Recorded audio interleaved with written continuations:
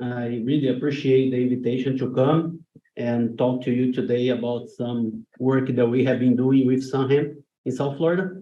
So we'll change gears now because Dr. Sonnenberger gave us a more broad philosophical approach about the legumes and some different species. So what we're going to do is narrow down, and I'm really going to focus on the Sunn Hemp.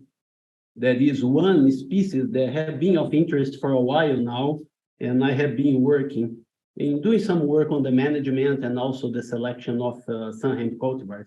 I think this will be the outline of my presentation. So I'll try to cover a portion of the cover crop side because that's the main focus of the Sunn Hemp, and then this interest that many producers have in using Sunn Hemp as a forage.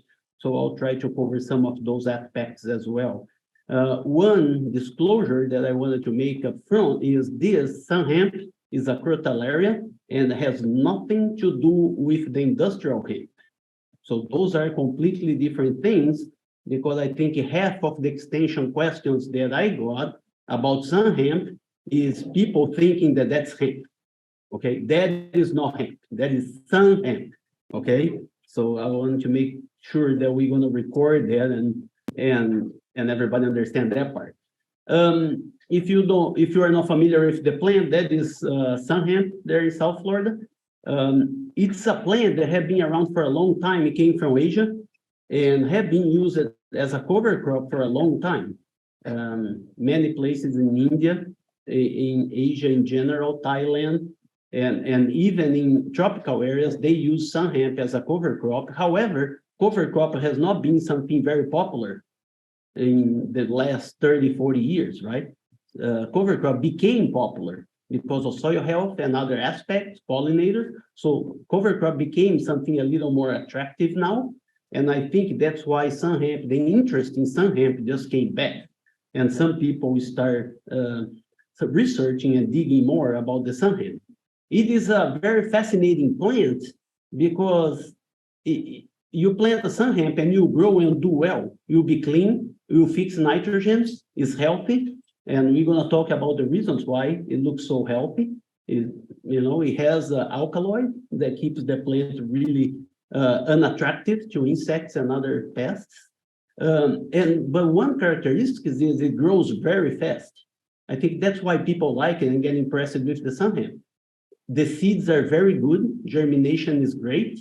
So it's everything that we want on a crop. You see the Sunn Hemp, you have a crop, it's clean, it's nice, and many times it's successful if you get little rain and some weather conditions.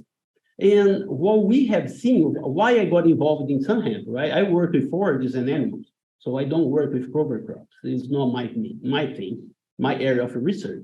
But many of the producers using Sunn Hemp as a cover crop, because of the attractive characteristics, they want to use as a forage, because they produce so much, so fast.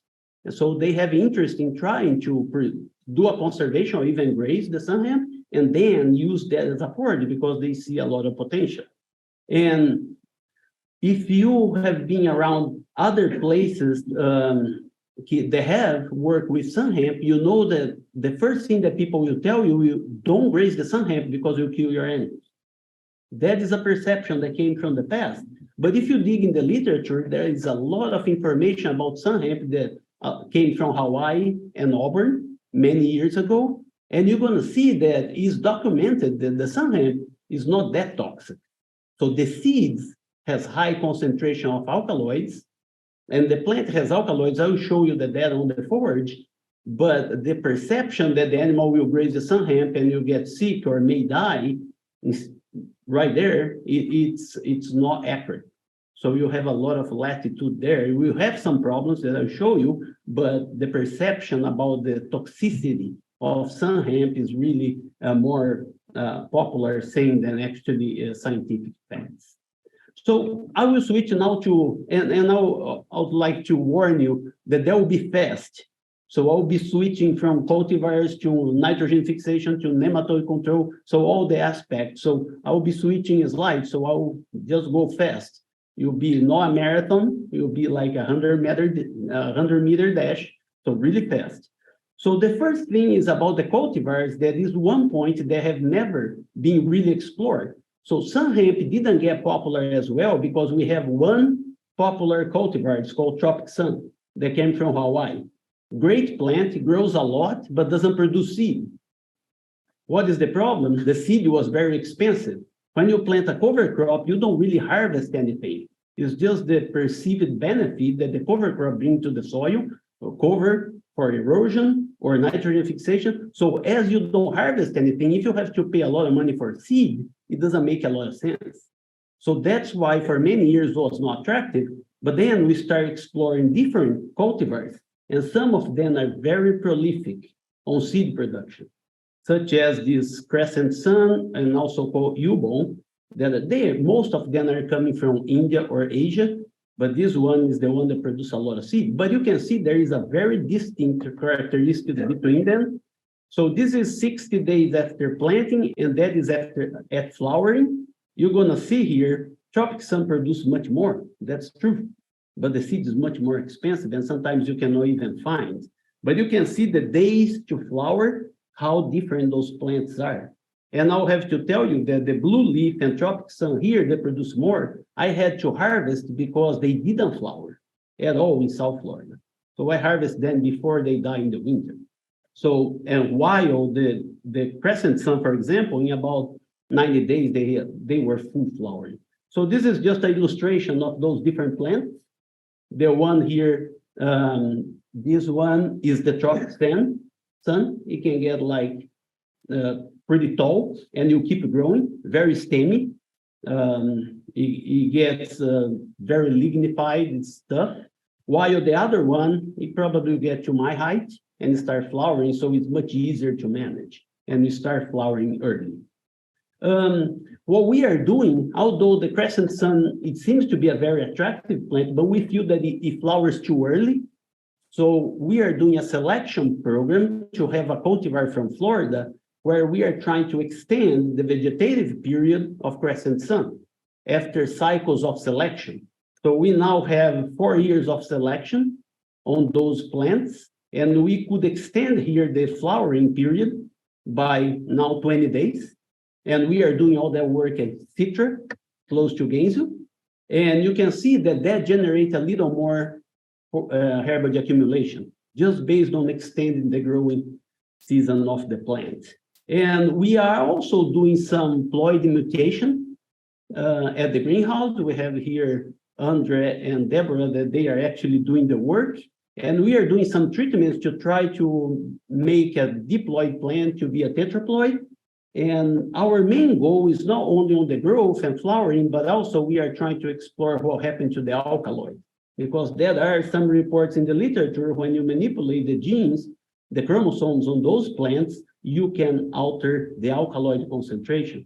And that is one of our objectives here. You can see here in this tray, you have here the control, and those are the plants that we're treating to change the chromosomes, and now we are having the kickback, right? We are having all the problems, so many of them do not germinate after the duplication, but we will keep trying, and I think we may be successful in getting some plants that will have a different characteristics. So switching to the nitrogen fixation, that is one thing that I think is one of the main factors of this plant. We'll fix nitrogen, and that's pretty expensive right now, very attractive.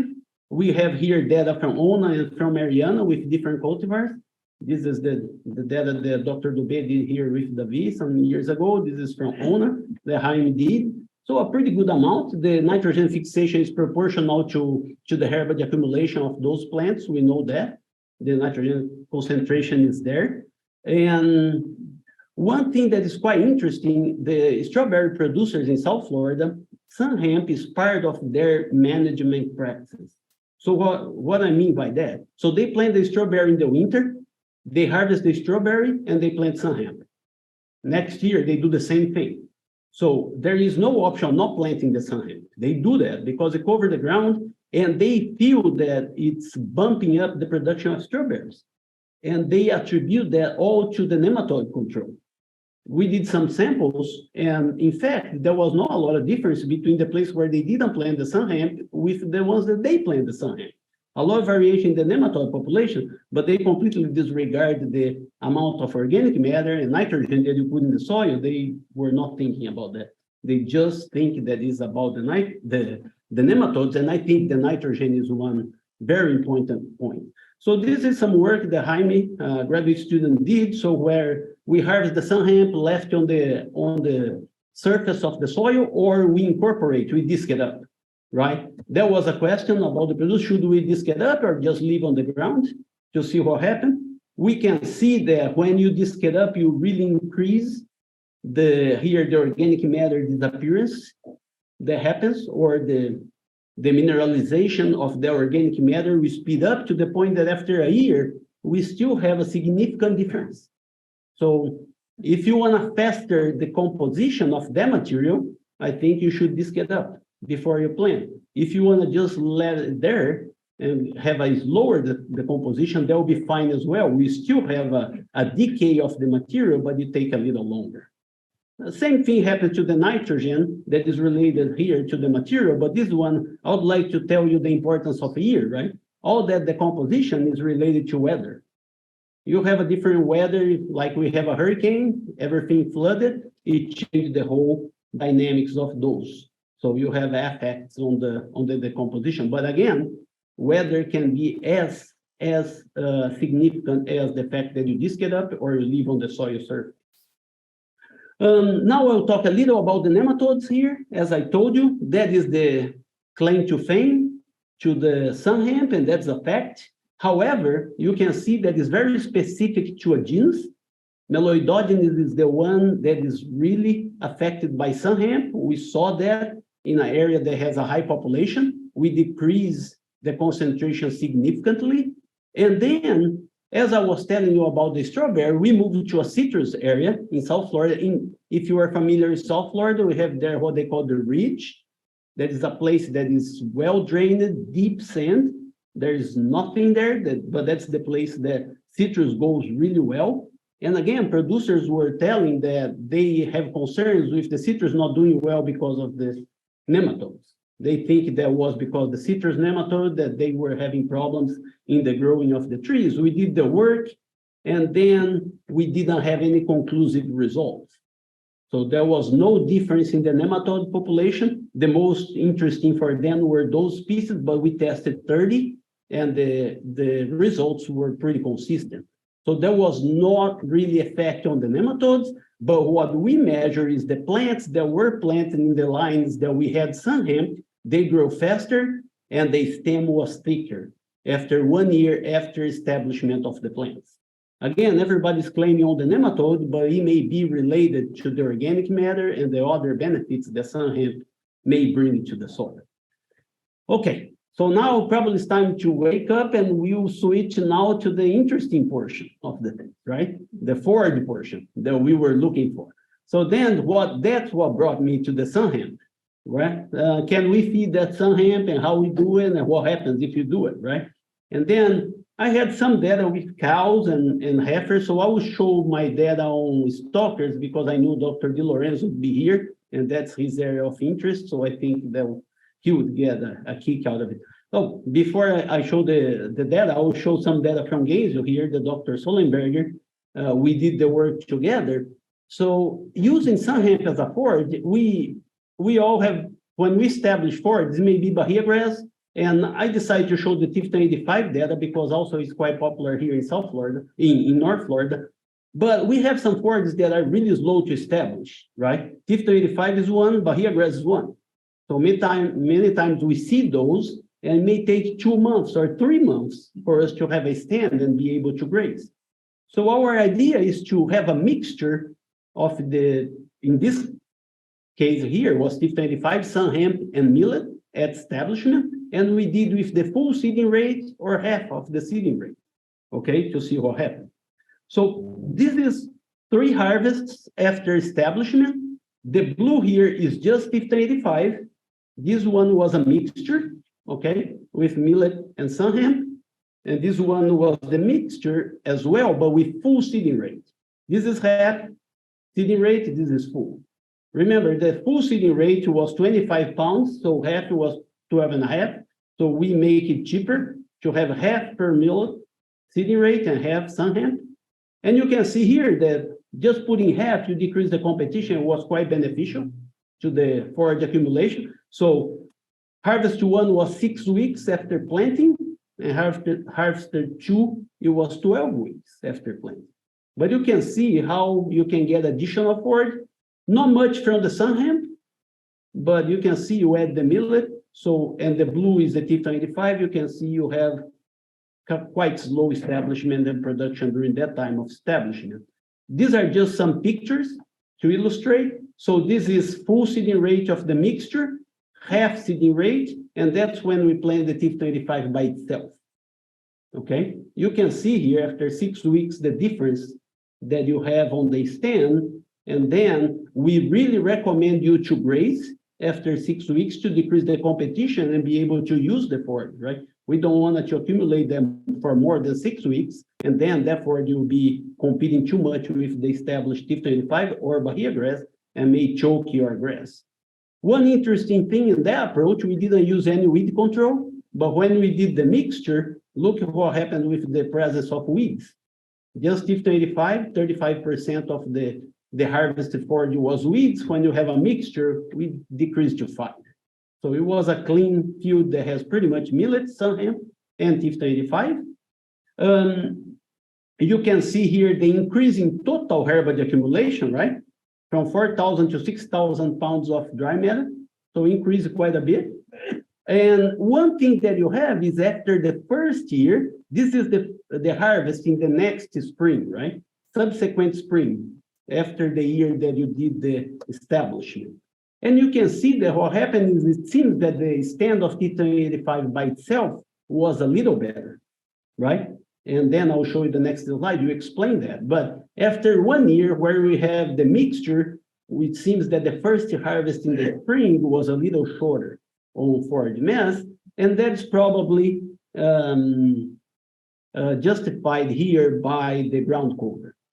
So where you plant T25 by itself, you have a little better ground cover, but still, when you have the mixtures, we have close to 90% ground cover after the first year.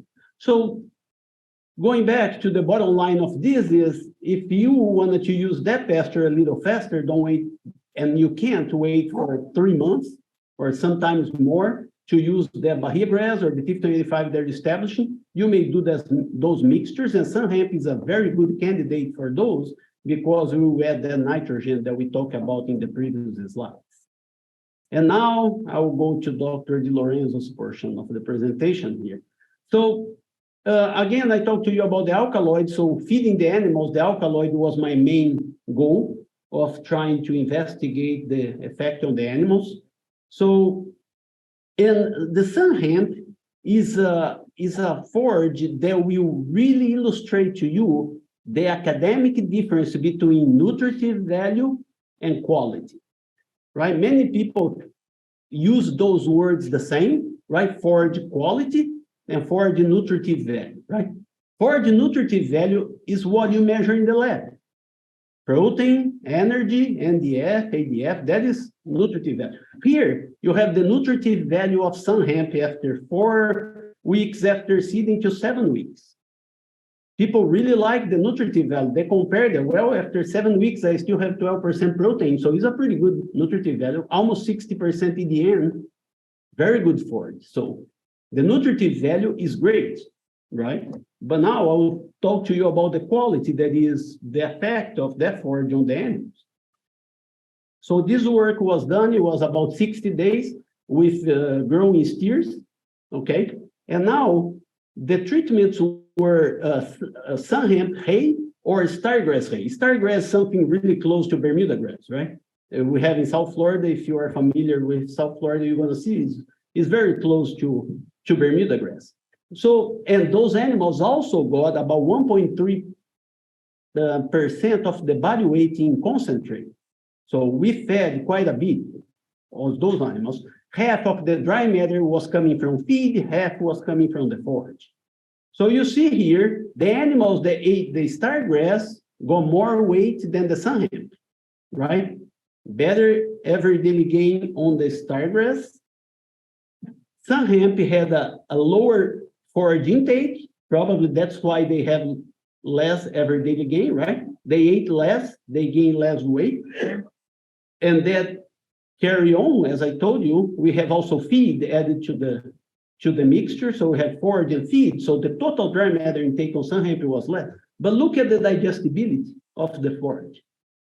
Sunn Hemp was actually had better digestibility than the stargrass and still had less everyday gain, right?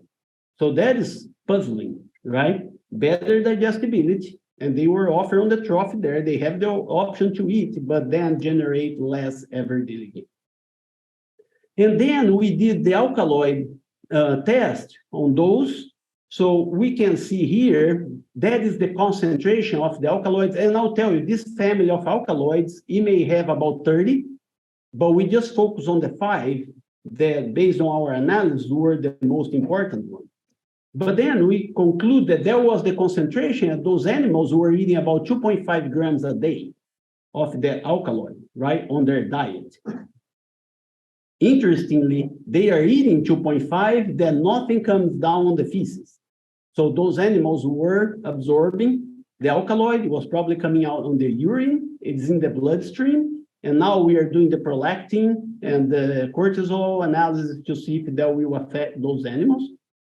But you can see that that is pretty much the only difference. Those animals were eating that amount of alkaloids, and I think that's what depressing the everyday gain of those animals and the intake. And as I mentioned to you at the start, so there is a perception that the alkaloids are in the seed, right? And that's true. Look at the concentration of those alkaloids on the seed compared to the plant. It's almost 50 times more. So the seeds should never be feeding to an animal. Never feed a plant that has seeds. A Sunn Hemp that has seeds should not be fed to animals, okay? That's period. So if it's in the vegetative stage, you can feed as much as you want, but you know that that presence of alkaloids may decrease the forage intake and sometimes the performance of the animal. And finally, this is my last slide. We were also interested in the, now with the interest in greenhouse gas emissions, so how those alkaloids may affect the rumen fluid, right? And have some effects on the fermentation of those animals in the rumen. And then we have here Sunn Hemp, half and half Sunn Hemp, half star, or just stargrass. And remember, Sunn Hemp was more digestible, so actually produced more. The total gas production was greater, but when you do the gas production based on the digestibility of the Sunn Hemp, you don't see any difference. So the gas production was really related to the digestibility of the material. More digestible, you produce more gas, and there was no effect on the methane production. It's not something that will shift the fermentation.